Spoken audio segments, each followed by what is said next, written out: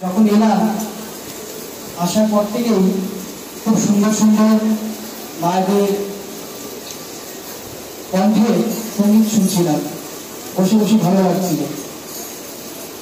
ওয়েদারটা যদিও আজকের দিনে একটু খারাপ, মানে বৃষ্টিতে ভারাক্রান্ত হলেও অনেক মানুষ আজকে এখানে সমবেত হয়েছে করমগাছ ঠাকুরকে কেন্দ্র করে। আমিও বাড়িতে বসেই ছিলাম, একবার ধুতি ফেললাম, বেরোতে যাবো, যদি মুসুলধারা বৃষ্টি নামলো, বেরোতে পারলাম না।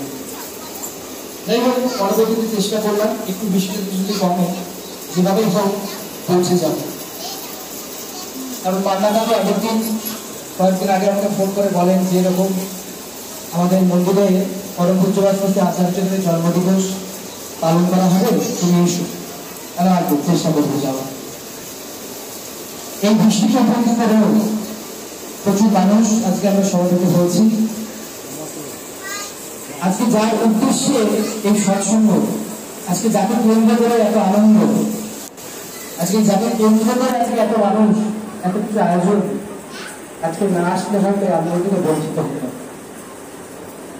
পরম পূজ্যবাচী আচার্য